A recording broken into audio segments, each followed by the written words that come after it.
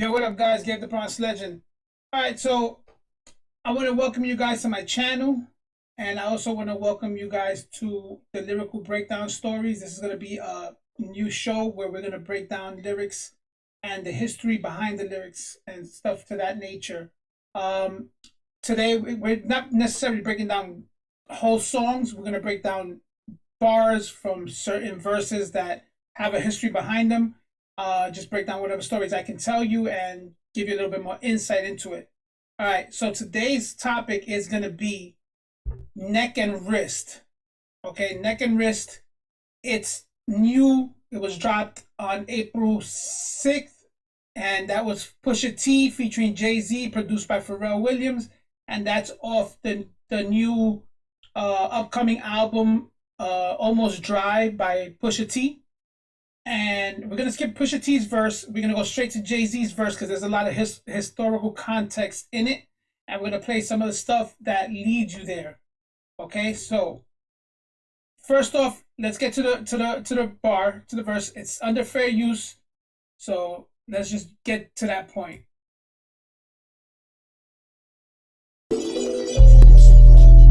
Faison Love, I wouldn't believe it either. I be like Jay-Z's a cheater. I wouldn't listen to reason either. All I know is he's a felon.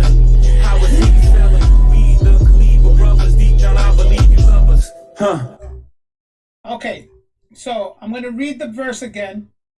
The way he wrote it, it has two meanings in the very beginning.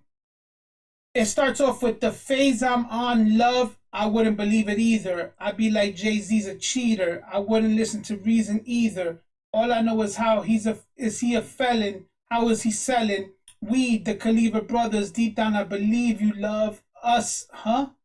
Okay, so the Faison Love was referring to Faison Love, who did an interview about 4 years ago with DJ Vlad, where he says Jay-Z basically put the streets out there without having street credibility. And I have that recording. I will be playing it. But this track has two meanings. These four lines have two meanings to them. So like I said, the first go with the Faison Love one. So what I'm gonna do is I'm gonna bring up the DJ Vlad interview with Faison Love from a little bit before the Jay-Z part, and it's also gonna feature Kareem Biggs and D Haven. I'll get to them when we get to their points. Okay, so let's see. His Yeah. nickname is What's that? Hook What for? because he was a boxer. Yeah. He was Talking about knocking Eric B. motherfuckers out. Right. So what I'm saying is, it's not like hip hop was suburban in the 80s and it just became gangster rap in the 2000s. Rap came From from the street. cocaine. Mm. Crack and rap hit the same time. Okay. The I can see same that. time. I can see that. Yeah. No, it was a fact. It was a soundtrack. It was a soundtrack. The soundtrack to to selling selling crack. dope. Yeah, to selling Boom, dope. boom, Yeah. boom, boom, boom, boom, boom, boom. Yeah, that's why Boys in the Hood was such a big song. Boys, because it told what we was doing. Right. And you fast forward to 2020, and there's like a rapper getting killed every few weeks. Every week. Yeah. Because they don't Big understand. difference. And I criticize him for it because it's kind of his fault. When Jay-Z creates this whole drug dealer, drug lord, I'm a drug dealer, I'm a drug lord. These kids, and we got to do it too, to be like Jay-Z. Not So he's basically blaming Jay-Z, and this interview was about 4 years ago, Faison Love on DJ Vlad. He's basically saying that Jay-Z is responsible for a lot of the youth thinking drugs was the way to go because Jay-Z made it through drugs. knowing that this is all made up shit. And he's saying that Jay-Z basically made up most of the stories about him selling in the streets, being a big-time drug dealer. Jay was involved No, in no, hold on. No. I interviewed D Haven, who was his drug dealing partner. Right. D Haven. We're gonna get to, he cuts it to D Haven's interview from the past as well, where he explains a little bit more. But D Haven was a person who basically Jay-Z did refer to one time. D Haven introduced me to the game. Spanish Jose introduced me to cocaine, but D Haven introduced him to the hustle game in the street. So that's the Haven that Faison Love is referring to, and Vlad as well. No, not partner. He was the drug dealer. And Jay was with him. Jay was eating chips. Basically saying Jay-Z was just standing there getting free money while D Haven was putting that work in. So it's a very disrespectful tone towards Jay-Z if Jay-Z's gonna take the stance that selling drugs and being laughed at for basically being the corner boy is disrespectful or not, which led to that line where he referred to Faison Love. But let's keep going. How do you do that? Oh, D Haven. D Haven knows the truth. Right.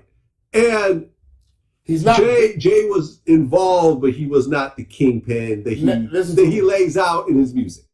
Okay, so you put him in position, but how much of that work was he actually doing himself?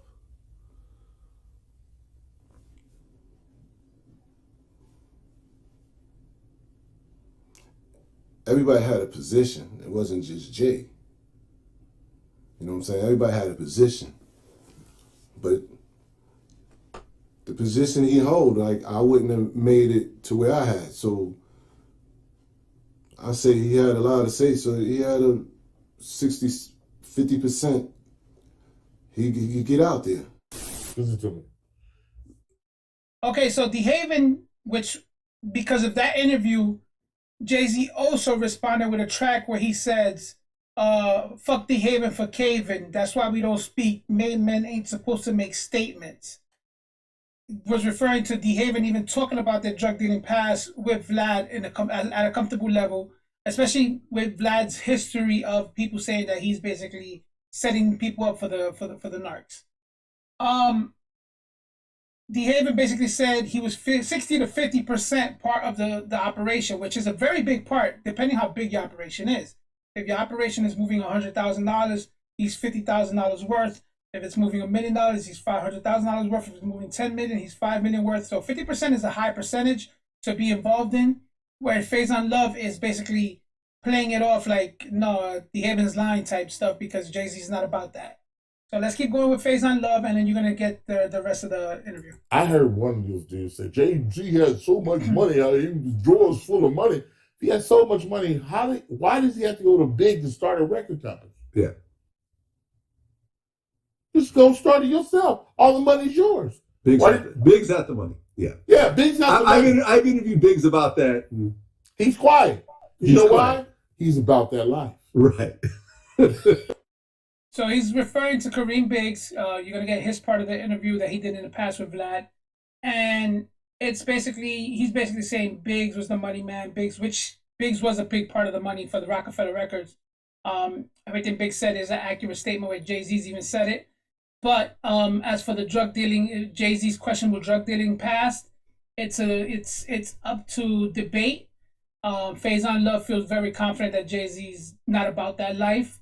But, you can't really tell unless you're there. So, D Haven, who was there, is basically saying Jay-Z was part of the life. So it's, you choose if you like Jay-Z or not, which way you're going to go with that. He's about that life for real. Yeah. Big's about that life for real. Yeah. Once a couple doors was closed and they couldn't get the thing signed, they had came to me and asked me if I wanted to be a partner. Okay. And you mentioned in an interview, I think with Genius, that you made him an offer that they couldn't refuse. It was a great deal that everybody was going to be. It was mutually beneficial for both sides. Okay, so you put up a bunch of money. There's a lot of rumors on how it got started, but it was a great partnership. Okay, he's my favorite. He's my favorite guy out of that crew. Mine too. Yeah. He know the code. Yeah. He don't even know I know him how I know him. Okay. You see what I'm saying? That's why I was like, oh, Jay, this nigga's a puppet. He's never done. Can you imagine Jay-Z fighting somebody in the streets? Somebody slap him and take his cocaine, what are you gonna do? Yeah. Yeah, there's call D. Haven, which is what we talked about in the interview. Right. But that's not the game.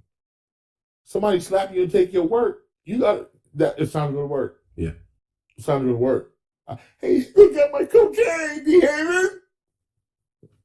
No, you got to go to work. Yeah. All right, so that was DJ Vlad interview. It's 4 years ago. I'm gonna rewind the Jay-Z where Jay-Z starts it off talking about Faison Love and go from there on. Okay. Yeah, that's a questionable interview. It was very disrespectful to Jay-Z. It was meant to be disrespectful to Jay-Z. So I can see why the anger from Jay-Z's side and led to him saying this over here. Love, I wouldn't believe it either. I be like Jay-Z's a cheater. I wouldn't listen to reason either. All I know is he's a felon. How is he selling? We the Cleaver brothers. Deep down, I believe you love us. Huh? Feast your eyes. The piece unique. All right, so once again, that verse started off with the phase I'm on love, meaning Faison Love. I wouldn't believe it either. I'd be like Jay-Z's a cheater. I wouldn't listen to reason either. Basically meaning you're basically hating on Jay-Z for being Jay-Z. That's what he's really referencing there. He said phase I'm on love is for Faison Love. And, you know, of course you can't believe something that he says because a lot of people have said it and it wasn't true. But what I'm living through now, you can't live through it. So this is the reason why for you it's not easy to achieve. All I know is he's a felon. How is he selling? We, the Cleaver brothers, deep down, I believe you love us, huh? I'm not sure what the Cleaver brothers means, but in this part, he's referencing the fact that he does have now a weed deal that he purchased. Coastal Holdings Company, a Santa Barbara-based cannabis dispensary and delivery operator, was purchased by the parent company, a publicly traded cannabis firm backed by the rapper Jay-Z in a deal worth as much as $56.2 million. Okay, the company name is Monogram. Monogram is Jay-Z's weed company, so they're referencing that in that situation, and that's what he's saying. If you know, because I'm a felon, you know, you're questioning how can I actually own a legal weed company now and pass all the background checks. But we all know Jay-Z, whether it's true or not, business-wise, he's taking it to another level. All right, so now let's go on with the track. I believe you love us. Huh? Feast your eyes. The piece unique is sapphire. Rappers liars. I don't do satire. Neither I. Okay, so on this one, he's saying now, feast your eyes. The piece unique is sapphire. Rappers liars. I don't do satire. So of course, the track's name is Neck and Wrist, meaning it was gonna bring up jewelry talk, and Jay-Z is about that jewelry talk. So with the neck and wrist part, he's basically saying, everybody's talked about that DJ Khaled with Nas track, where he has basically had the sapphire ring on.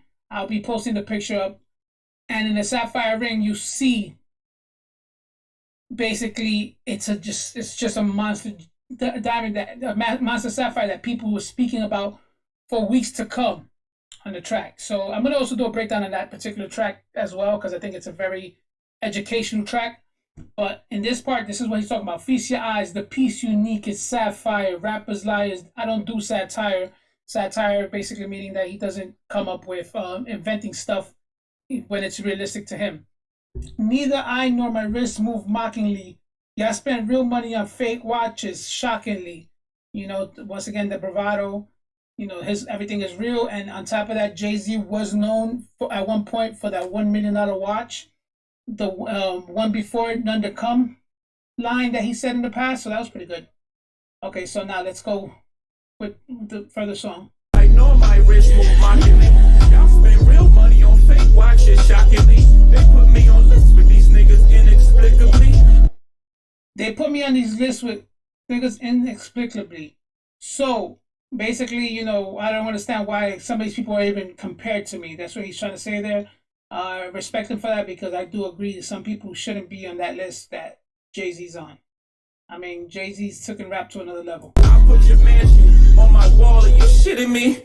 I put your mansions on my wall, you shitting me. Jesus Christ. That's too much. I blew bird money, y'all talking Twitter feed. I blew bird money, y'all talking Twitter feed. Think about that. Birdman has been out there saying he's got more money than Jay-Z. He's outsold Jay-Z. Lil Wayne's outsold Jay-Z. At the end of the day, the last man standing is Jay-Z. So you can say it on Twitter. Doesn't make it real. You can't. It doesn't make it real if you just write it on Twitter because you want to. And that's what he's referring to that. We got different sob stories. Say yes, soliloquies. We got different sob stories. Basically, you know, he's going with two. It's a double entendre where you're talking about sob as the car sob and sob as, you know, your basically war stories, you know. And that's what he's referring to there. We all got different sob stories. Our own stories, and sob basically mean jumping in the whip, riding through. He's most likely referring to having that car trunk full of stuff, but he got to get through before the cops catch him. That's what I'm feeling on that line.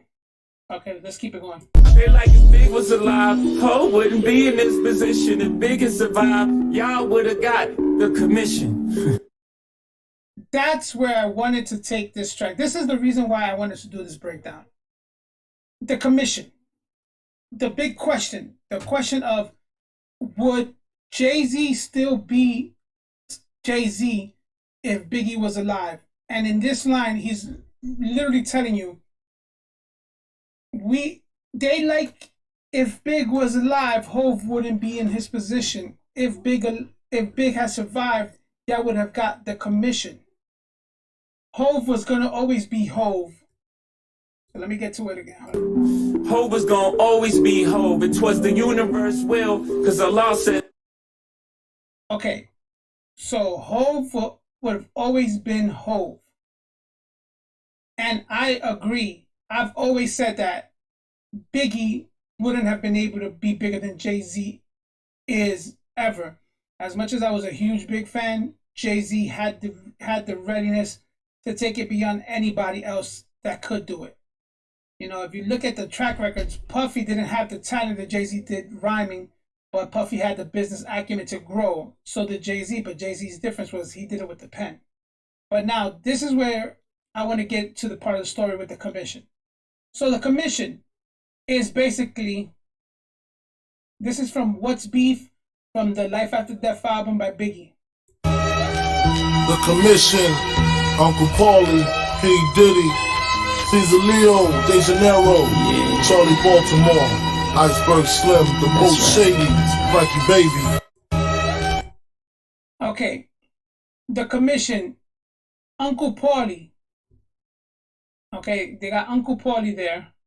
They got P. Diddy, Caesar Leo De Janeiro, Charlie Baltimore, Iceberg Slim, and the most shady Frankie Baby. Okay, so I'm gonna bring up this part right here. Okay, so let's shrink it a little bit. And let's move it up here. Uncle Paulie is Lance Rivera on the left-hand side. Charlie Baltimore is the middle. Little C's is the right. Uncle Paulie, Lance Rivera, which, of course, Lance Rivera was famous for signing Charlie Baltimore and Cameron to Undia's Records back in the days, which was also half owned by Biggie Smalls, Notorious B.I.G. Charlie Baltimore did date Notorious B.I.G. at one point and even played Faith Evans in the Get Money video while she was dating Biggie, which was kind of ironic and funny. The commission, Uncle Paulie, Lance Rivera, big wig. Also, Lance Rivera was part of the stabbing where Jay-Z was arrested at the Kit Kat Club for allegedly he was producing and selling bootleg versions of Rock La Familia from Jay-Z's album. And Jay-Z was so pissed off when he saw him, but the rumors have it was over Charlie Baltimore. he was jealous about something with Charlie Baltimore's contract, and he was dating Charlie Baltimore at the time. It was post Big's death. So, and there was rumors that Jay-Z and Charlie were dating. So we're not really sure what went down that day. Jay-Z ended up getting 3 years probation for it. But you also have Charlie Baltimore, big time artist. Charlie Baltimore was also, I have here an article from the Hip Hop DX that came out on March 4th, 2014. And it says here, Charlie Baltimore, a rapper featured in Billboard's Ladies First article profiling women who had had an impact in rap, recently discussed an unrealized group that was set to feature several prominent names in hip hop, while also discussing her bond with Notorious B.I.G. I met Big at a show, Baltimore says. I wanted a picture of him. He wanted a picture of me. We were out there taking pictures of each other. Laughs. It was a while before I was sitting there writing rhymes and he was critiquing me. We were in the works to start a group called The Commission with myself, him, Puffy, and Jay-Z, but we weren't able to have anything come from that because of Big's death. Okay, so that was in 2014 when she's referring to her being part of the commission, which was a rumored fact. Originally, I thought it was just her, Biggie, and Jay-Z, Iceberg Slim, and Frank White with Charlie Baltimore, but Little Caesar De Janeiro and Lance Rivera were supposed to be part of it with Puffy as well, P. Diddy. Because P. Diddy had just changed his name from Puffy to P. Diddy at that time. So that was an interesting note, which refers to if Big would have survived, he would have had the commission. Now, there's some tracks that they made together. This is one of my favorite ones here. I'm going to play it. I couldn't find Brooklyn's Finest through YouTube, so I can't play it. Brooklyn's Finest was on Reasonable Doubt album, Jay-Z and Biggie. I got I Love the Dough from Biggie's Life After Death album. I'm going to play the first two verses of theirs only. I think it's definitely one that was amazing. But let me get to that. This is part of the commission. This is when they were talking about the commission. The hottest beats, spill fast through the city, play Monopoly with real cash. Me and Biggie and the models be shaking Nace and Diddy ass and Parada be something you cats got to see and the watches be all types of shapes and stones. Being broke is childish and I'm quite grown. Run up in the club with the ice on, me and Faison scope the spot out, see something nice and I'm gone. You cats is home screaming the fight on. I'm in the 1500 seats watching tights on. Same night, same fight. But one of us cats ain't playing right. I let you tell it. People place yourselves in the shoes of two felons and tell me you won't fall every chance you get. At any chance you hit, we live for the moment. Make sense, don't it? Now make dollars. Cats pop bottles, bone chicks, stack paper, $5 and rack up frequent flight mileage. Got an ass show. I love it, don't play. I love it, don't more than you know. Got an ass show. I love it, don't play. I'm popping magnums while jigging bag something. Watch platinum, got jet lag from flights back and forth. Pop corks are the best grapes, make the best CDs and the best tapes. Don't forget the vinyl. Take girls, break spinals. Biggie B, Richie like Lionel. Shit, you seen the Jesus, dip the H classes, ice project off light, shit flashes, blinded broke asses. Even got rocks in the beard and mustaches, rock top fashions. Ain't shit changed except the number after the dot on the range. Way niggas look at me now, kinda strange. I hate y'all too, rather be in Caribbean sands with Rachel. It's unreal, out the blue, Frank White got sex appeal. Bitches used to go ill, still so still. I'm trying to see 5 mil off the single, for real. You ain't phasing the amazing, when your guns raising, mine is blazing. See you wanna see me on talking to sweetness, take it for weakness and leave quick. Rocker, fella, bad boy, collabo, 2 MCs with mad doja. Bad Boy Rockefeller collabo. Oof, I always loved that track. I mean, there was the second verses were fire too, but I just want to go with the first two. That's part of what we would have gotten with Biggie and Jay-Z. The commission, like I said, would have been Charlie Baltimore, Little C's, Puffy, and Lance Rivera as well. And that's when Jay-Z referred to that whole part again where he said, if Big was alive, you would have gotten the commission. That's basically what he was referring to there. So I got one more track to play for you guys. This is off of Biggie's post-death album, and it's basically just has Jay-Z's verse where he refers to the commission, and then I'm going to read to you another article about the commission before we wrap it up.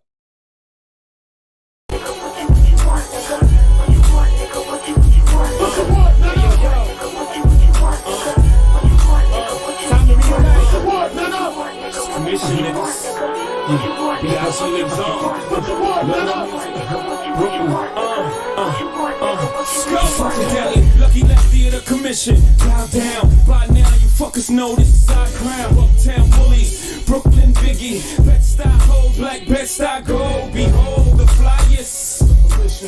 Bentley drivers, Louis Vuitton buyers, jet fuel abusers, sipping Patrice. Once upon a time in America's music, based on us, you fiction. Your ace don't bust, you a constant contradiction. Ladies, please use contraception. Deception's at an all-time high when sexing. Use protection.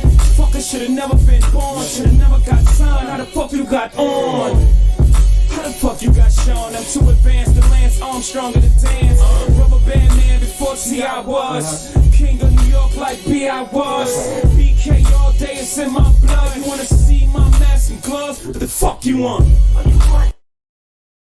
So basically, that refers to the whole commission. I wanted to read one more article, and it's coming from beachrhymeslist.com. It's from February 15th, 2022, so that was this year. When we're talking dream hip-hop collaborations that never happened, there are a few heartbreaking ones that never panned out. There's Dr. Dre and Ice Cube's Helter Skelter project that was rumored during the mid-90s. Pimp C and Too Short working on new music together before the formerly's untimely demise. Kendrick and Cole linking up for a joint album, and Ghostface Killah and MF Doom's Doomstarks project that was years in the making.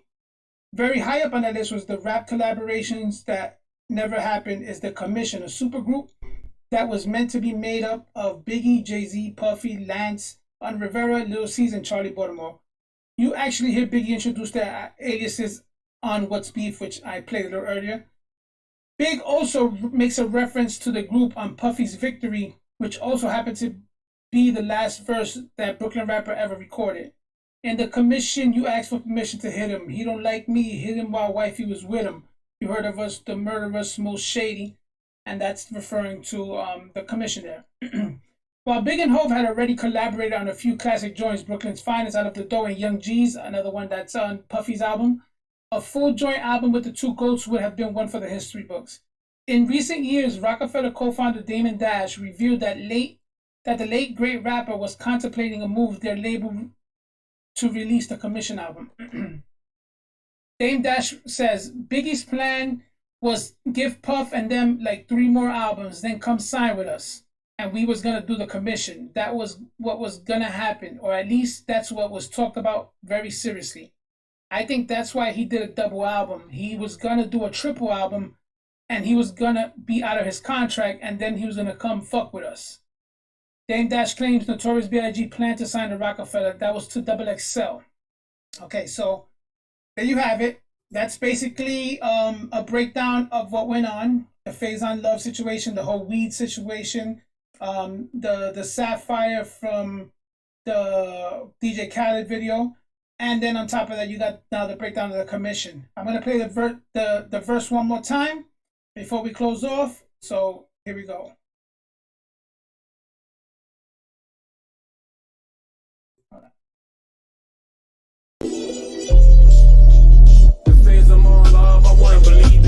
I be like Jay-Z's a cheater. I wouldn't listen to reason either. All I know is he's a felon.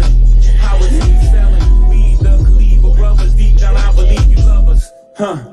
Feast your eyes. The piece unique is sapphire. Rappers liars. I don't do satire. Neither I nor my wrist move mockingly.